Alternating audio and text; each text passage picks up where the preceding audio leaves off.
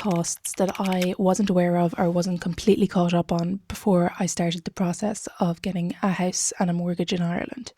So everyone talks about the 10% deposit that you need, and you do in fact need that. So for example, if you're aiming to buy a €300,000 house, you will need a 10% deposit, which is €30,000.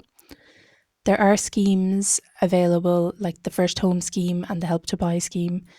So do look into those yourself. They may help with that, covering some of that deposit.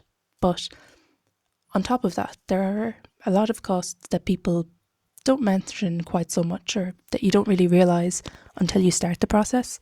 So you need to cover your stamp duty, which is 1% of the property value.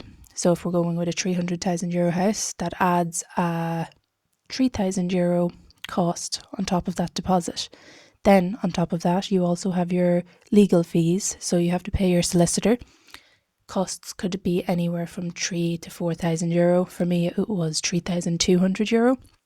Then again, on top of that, I got a surveyor to survey the property, and that was €600. Again, then we have local property tax.